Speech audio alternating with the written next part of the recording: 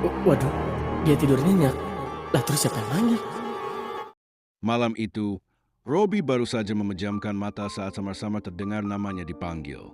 Suaranya berat, serak, namun terasa familiar, seperti suara bapaknya. Dengan rasa penasaran bercampur resah, Robbie bangkit dari ranjangnya yang dingin dan berjalan perlahan menuju kamar bapaknya. Namun ketika membuka pintu, ia hanya menemukan bapaknya yang tidur lelap. Napasnya tenang dan berat, hawa aneh menguat di udara. Robbie mematung sejenak, mendengarkan, berharap mendapati suara lain entah memastikan. Tapi tak ada apa-apa. Keningnya berkerut, sebuah firasat buruk merayap dari dalam dadanya. Pagi tadi, ia mendengar desas-desus tentang kematian Pak RT Jalil. Banyak warga bilang kematiannya tidak wajar, terlalu tiba-tiba, terlalu sunyi. Mencoba menepis ketakutan, Robbie kembali ke kamarnya. Ia membangkis diri di bawah selimut. Namun malam belum selesai dengannya. Dalam tidurnya, Robbie bermimpi. Ia berada di tengah lapangan kosong, diterangi cahaya remang-remang bulan. Dari kegelapan, sosok Pak Jalil muncul, wajahnya pucat, matanya sayu. Arwah itu menatapnya penuh permohonan. Dengan suara lirih, Pak Jalil berkata, "Tolong, ada yang harus kamu tahu." Sebelum Robbie bisa bertanya, kabut tebal menyelimuti semuanya. Dan air bangin-dangin jantung berdegap kinkang. Di tempat lain, di rumah yang tak jauh dari sana, Pak Rungkad, tetangga Robbie, juga terbangun dari mimpi serupa.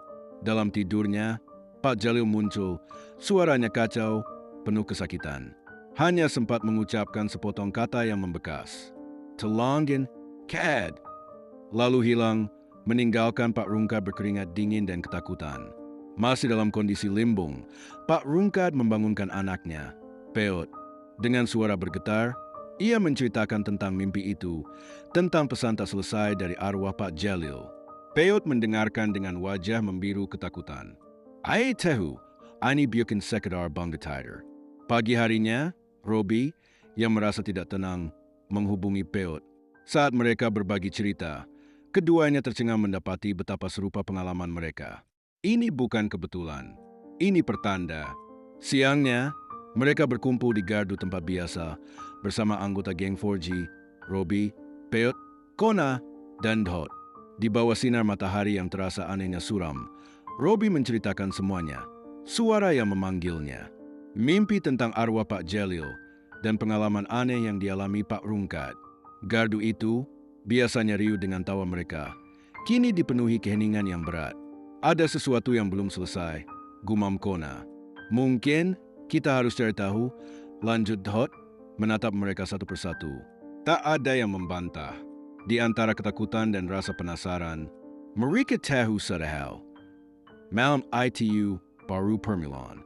Sesuatu sedang memanggil mereka, dan mungkin sesuatu itu tidak hanya butuh didengarkan, tapi diselesaikan. Tentu, ini kelanjutan dari cerita Bisikan di Malam Kabut. Malam itu, setelah berdebat cukup lama, 4G sepakat untuk menyelidiki kematian Pak Jalil. Ada yang tidak beres, dan mereka merasa seolah dipanggil untuk mencari kebenaran. Mulai dari mana? Tanya Dot, memecah keheningan. Robbie mengusap wajahnya, berpikir keras. Kubrick, kita harus lihat makam Pak Jalil. Semua saling pandang. Menyelinap ke Kubrick malam-malam, Jilis biukin ait semerlang. Tapi entah kenapa, tak seorang pun bisa berkata tidak. Seolah ada kekuatan yang menggerakkan mereka. Malam berikutnya, di bawah langit yang mendung, mereka berempat berangkat. Senter tua di tangan Robbie bergetar karena tangannya tak bisa berhenti gemetar. Suara jangkrik terdengar seperti bisikan rahasia. Makam Pak Jalil berada di sudut kuburan, di bawah pohon beringin besar. Makamnya baru, tanahnya masih basah, nisan kayu masih baru dipasang. Saat mereka mendekat, angin bertiup aneh. Daun-daun gemertak, seolah ada sesuatu yang berbisik di antara mereka. Tiba-tiba, Kona berjongkok. "Lihat ini," katanya. Di sisi makam ada sesuatu, bekas jejak sepatu. Tapi anehnya, jejak itu tampak tidak biasa. Ukurannya besar, dan yang lebih mengerikan, jejak itu mengarah keluar dari makam, bukan menuju ke makam. "Waduh, ini nggak beres," Gumampot, mundur setengah langkah. Robbie mendekat, memeriksa jejak itu lebih seksama. Seperti ada sesuatu yang keluar dari kuburan ini. Katanya, suaranya bergetar. Mereka semua membisu. Keringat dingin mengalir di punggung mereka meski udara malam begitu menusuk. Tiba-tiba, terdengar suara gemerisik dari arah semak-semak. Mereka membalikkan badan serempak. Senter Robbie berputar mencari sumber suara. Dari balik semak, sesosok bayangan putih bergerak cepat, menghilang di antara kabut. Astaga, teriak Dot, hampir menjatuhkan senternya. Tanpa pikir panjang, mereka berempat lari seeking kengnya, meninggalkan kuburan. Jantung berpaku lebih cepat daripada langkah kaki mereka. Setelah bersembunyi beberapa lama di gardu, mereka akhirnya bisa bernapas normal. Kita nggak bisa cuma lari kayak tadi, kata Robbie, mencoba berpikir jernih. Peot, yang wajahnya masih pucat, mengangguk setuju. Tapi kalau jejak itu keluar dari makam, berarti ada yang nggak beres. Bukan sekadar arwah minta tolong. Kona, yang sedari tadi diam, tiba-tiba angkat bicara. Gue pernah dengar, katanya sebelum Pak Jalu meninggal, dia sempat cekcok sama seseorang. Maksud lo ada orang yang? Dot menggantungkan kalimatnya. Kona mengangguk pelan. Setelah bertukar cerita, mereka tahu satu hal.